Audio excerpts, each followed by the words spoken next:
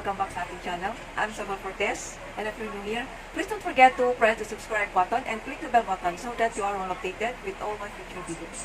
So our videos for today, another first impression review, guys, and I want to try this SCANDALEYES gel liner of RIMMEL London sa black NOIR. Ayan siya, guys. Ayan. Ayan siya. Another one is, I want to try this first time kong i-try, mag-try na ganito. It's from EVERBILENA, All Day Eye Define Liner. Ano siya, waterproof and MATIC eyeliner. And the shade of smoke. Ayan siya, guys. Smoke siya, guys. Smoke. And then, I bought this 199 pesos. I got this from Watson. This is, try ko itong, first time ko mag-try na itong COVERGIRL Clean Matte. Meron akong ganito, BB cream, and then pressed powder. So, first time kong itatry itong liquid foundation and the shade of 520. Natural siya. Pakala niyo ko, guys, ano ang magiging performance ng mga product na ito na aking i-review. So, I have here 3 products. As you can see, I-prepare na my hair. Naglagay na ako ng moisturizer and use this Lux Organics Rescue Color Adapting Recover Cream. So, ilalagay ko siya sa aking face kasi yung face ko medyo may konting redness siya, guys. So, maganda to sa face ko. Nagkaroon kayo ng natural glow and glass skin. Lalagay ko lang siya under my foundation. Kakunti lang nalagay ko, guys. Dapat tayo yung maglagay nito. Kasi maglagay tayo yung foundation. Lagay niya sa aking lips kasi for my under eye para mabawasan yung may pagka-dark ng konti ang aking under eye. Pero mag-choice wala rin. Akong shade is 520 Creamy Natural. This foundation is for oily skin to give a fresh, clean, shine-free face. So oil-free, unscented, and won't clog pores. Suitable for sensitive skin. So, ayan yung description niya, guys. Ang lalagyan niya, guys, is bottle siya. So, hindi siya travel-friendly. Delikado siya pagka dinala mo siya. Pag nag-travel kayo, kasi may tendency na kung careless kayo, pwede mabasag, sayang na ang product. So, pwede nyo naman siya transfer sa plastic container. May nabibili naman ng plastic container para easy to carry along your travel. 30 ml siya, guys. Ito yung cover niya, guys. It's a light blue and it's a plastic. And then, ito yung pinaka-mouth niya. Wala siya ng pump, which is, it's not really good because hindi ka makakatipid dito kasi may tendency na pag nagkamali ka ng buhos, pwede na may sumobra and then sayang, hindi mo naman ibabalik kasi it's not good na pag may sobra, ibabalik mo siya. It might get spoil the entire product. So, ayun, ayan siya, guys. And it's a bottle. So, itatry natin siya. Siya. Ayan yung shade niya. Ang consistency niya, guys, is sticky siya. Hindi siya kumagano. Apply it first dito sa aking right side of my face para makita natin yung difference. So, ayan, kung makikita nyo, meron din ako ng blemishes, meron ako ng dark spot, meron din ako ng textured skin, and of course, meron din yan ng mga freckles, pakalat-kalat na freckles, and then meron din ako ng mga bumps. Ayan, ayan, guys. So, makikita nyo naman this. Ayan. So, ayan, may dark spot ako dyan. Here, meron akong dark spot. And then, ayan, here, scattered freckles. Then, meron ko dito ng mga bumps, whiteheads, and because of oils from your skin, tatrap siya sa skin, hindi siya makalabas, so kaya nagkakaroon tayo ng whiteheads. So, guys, let's start now, and then I'll use my fingertips to spread the product. So, dito muna siya, guys. Nalagay ko siya. Yung amoy niya is parang may konting chemicals. So,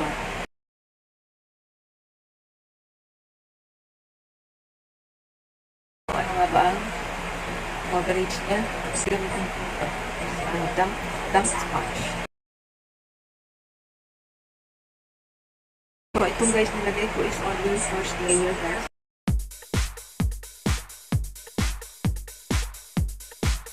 Nilagay ko kayo, guys, ilang oras siya mag-stay kung mag-oil up ba. Kung control ba niya yung oil. Sa first layer, guys, nasa light coverage siya. Sa after niya, still fullest. Titingnan natin for another layer, guys. Bakas ng lipas sa aking pagpunta. hindi pa rin natakpan ang mga business na ating nakikita. Ayan, second layer na yun. So, ayan, as you can see, ito yung may foundation, then ito yung wala. So, ayan yung difference nyo guys. So dito, makikita mo pa rin yung mga skin imperfection. And dito sa kabila, natakpan na siya guys. Second layer guys, meron na siya ng coverage. And then, ayan, it looks flawless on my skin. Compare sa left side na wala pa. Ayan. So nakikita pa yung mga imperfection ng aking skin. If you're gonna apply another layer, I think it depends on your skin imperfection. Yung magiging coverage niya. Pero sa akin, I think it's only medium coverage guys. Pero maganda ang dapat ng foundation, flawless, and meron siya ng konting shiny effect on your skin. So, right after the application. But let's say kung pag naglagay tayo ng pressed powder, kung matatakpan ba niya yung may konting glow effect. Maganda siya, soft, and then hindi siya sticky guys and very light yung feel. Lightweight siya guys. On the other side. I'll be back later. So, ayun guys, I'm done applying the foundation for the entire face. Ayan, as you can see, meron siya ng glow effect right after the application. So, hanggang second layer lang ako guys kasi okay na sa akin yung second layer. Natural ang dating niya guys. Kaya sa nose ko, kasi ito ang pinaka-problema ko pag ako nagpa-foundation. Kasi once na meron kang pores talaga, hindi talaga may iwasan na mag-set ng foundation. That's of course. So far, okay sa akin yung foundation on my nose part. Hindi siya nag-caking. Kasi now, okay siya guys. Okay siya sa aking nose. So, let's see. Mag-apply ako ng powder. COVERCLEAN din ang aking gagamitin ng powder guys.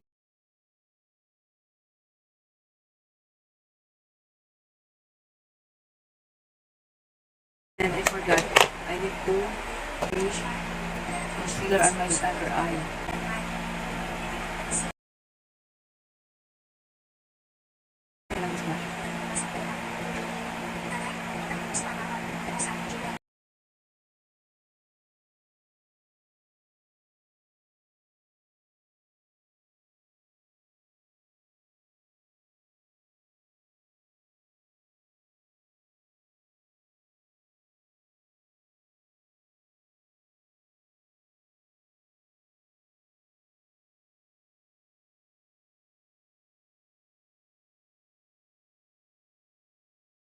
Ko itong eyebrow pencil.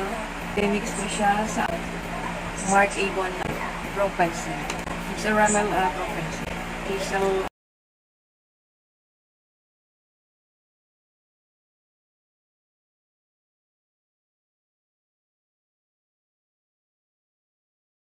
nalagay ko siya dito mga brow from Marc Avon kasi mas darker ito kasi ito sa isa. Mix it because of my hair color. Hindi siya blonde. So, yung upper part ng aking hair is darker na siya. I need to darker.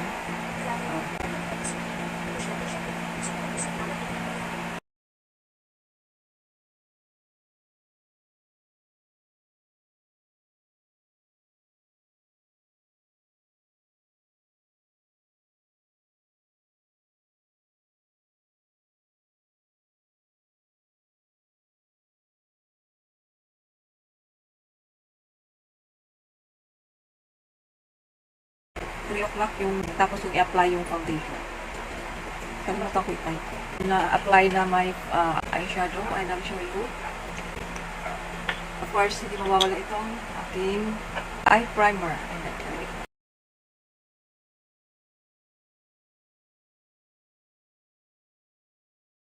Gamitin ko, in-mix mo na. It's an LA Colors.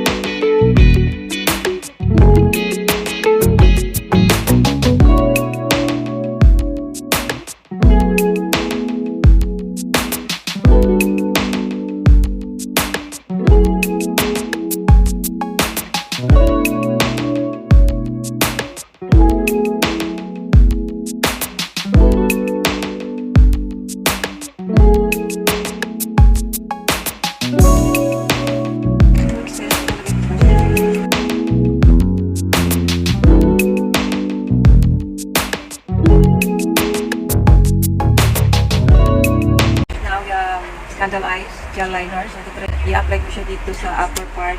Instead of liquid, try natin itong gel liner na to. So, first time ko mag-try na ganitong eyeliner. Sa RIMMEL Scandaleyes gel liner. So, meron siya ng kasamang brush. At ito yung pinaka-ano niya product. And then, cream niya guys is smudge proof, intense color. And 24-hour ang stay niya sa ating eyelid. And then, up to 24 hours of rich intense color that doesn't flake, smudge, smear, or run. Professional brush for complete control to draw the lines you want. Apply your favorite Scandaleyes mascara to complete the look. Okay. And use the precision brush applicator to easily draw the thin and thick lines from inner to outer corner in just one stroke. So, try natin siya guys. After each use, close up tightly and wipe brush clean with dry tissue. And then dermatologist tested and suited for contact lens wearers and sensitive eyes. So, that's a good okay.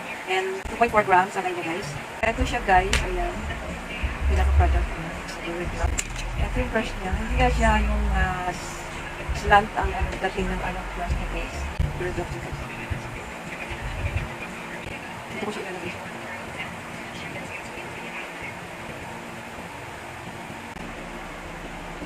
Easy to glide siya guys. Ayan. Ganda ano ito. Ganda naman siya i-apply. Make sure lang na enough yung nasa brush. Kailangan lang talaga siya ng mabilisan ang application mo para hindi siya agad-agad natutuloy. Dito mo agad yung pigment niya. Make sure lang to get enough product sa brush para hindi pa balik-balik. Okay guys, I'm done with the eyeliner, gel liner, so dip ko yung So hindi na akong lalagay ng false lashes para matry natin kung magtatagal ba talaga siya. Kasi pag EVERBILENA, all day eye fine. So meron siya ng pang smudge. Ayun. Ganyan siya kadami guys.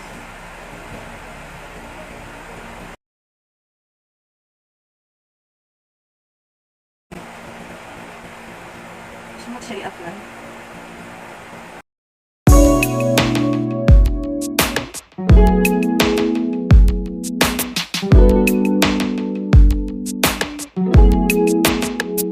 Eyeliner na nasa ginamit ko dito sa aking lower lash line is from EVERBILENA All Day Eye Define Waterproof MATIC Eyeliner in the shade of Smoke.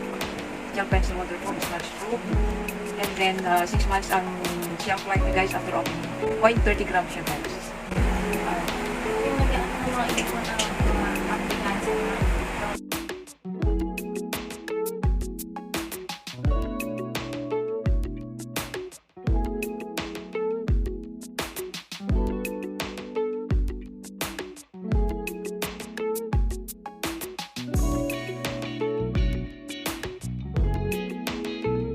Now I'm finished and nag-direct na lahat ng dapat ilagay. So later, i-update ko na lang kayo kung ano ang magiging performance nito paglipas ng oras. So time check, it's 5:52 in the afternoon. Before ako makapload, i-update ko kayo. Final update na guys. Okay, and I hope na nagustuhan nyo guys ang video na ginawa ko ngayon para sa inyo. First impression review ng RIMMEL Scandaleyes gel liner and then EVERBILENA All Day Eye Define Waterproof MATIC Eyeliner. So yung EVERBILENA nilagay ko siya dito sa aking water lash line and then yung RIMMEL Scandaleyes dito ko siya nilagay sa upper part ng aking eyelid near my lashes. So ayan. And then yung foundation of course. Ayan yung foundation is still intact pa rin siya sa aking face and it's getting great habang tumagal siya sa aking face. So, see you later guys. Bye for now.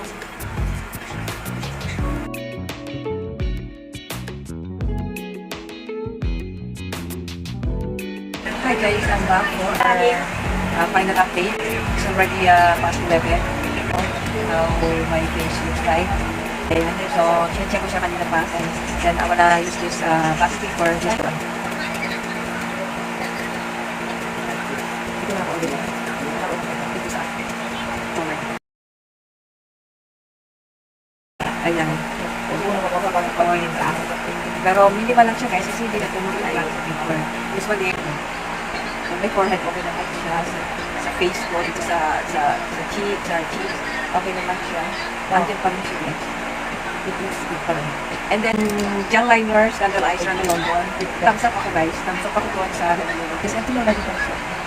So, naglagay ako ng contact lens, nagtanggal ako ng contact lens, and I need to put some, to drop some on my eyes para nga ma-moisturize siya. Yung nabasa siya guys, ayun.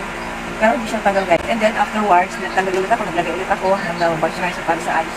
Ayan. Hindi rin siya tanggal guys. And even yung ano guys, yung sa baba, sa EVERBILENA, gel liner, and tuck pa rin siya. And tuck pa rin siya guys. Bukasan nila na yan. Ito siya guys. Available siya sa WhatsApp. Available din siya sa all online shop. Beauty shop. Available siya guys. And this one, you can look for this kind of gel liner. Sa shop, marami din sila sa online shop na dito. Okay din sa akin yung foundation. Ang yung problem ko lang is unlike shade and luminous. So, that's all guys. So, para sa clear explanation ng thoughts ko, I always go to my description box kasi dito guys. So, guys, because I have already limited memory of my phone. Don't forget to press the subscribe button and click the bell button so that you are updated with all of the videos. Thanks so much.